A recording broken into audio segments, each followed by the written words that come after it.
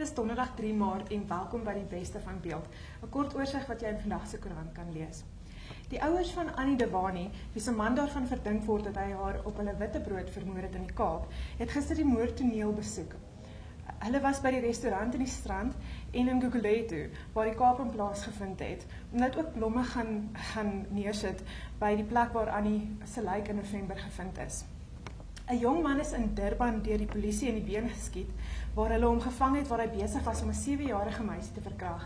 Toe hy nie wou ophou nie, moes hulle hom letterlik in die been skiet om hom van haar af te hou. In Pretoria berig Virginia Kepler oor 'n polisiereservis wat in 'n argument betrokke geraak het met 'n vriendin wat ook 'n polisiereservis is.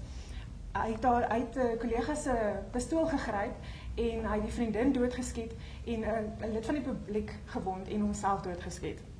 Dan is Louise Ferreira, ons verslaggewer in Beeld in Johannesburg, by om te gesels oor die studenteorganisasie SASCO, wat die bekende sakeman en sushi-eter Kenny Kunene vandag aangepak het. Wat kan jy ons vertel, Louise?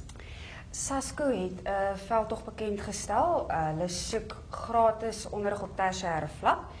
En een van die goed wat hulle gesê het is dat die rykes in Suid-Afrika belas moet word om voorsiening te maak vir hierdie gratis onderrig.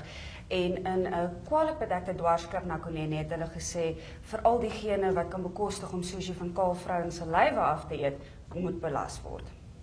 So hulle het natuurlik verwys daarna Kenny Kunene wat op sy verjaarsdagpartytjie Ja, dis reg. geëet het. Dan in nog nuus, Neil Jackson berig uit Pretoria die vurige debat oor of gebede regtig werk duur voort. Solidariteit helpende hand se vroue sê nou, dit werk nie om net te bid nie, jy moet self aksie neem ook. Lekker lees.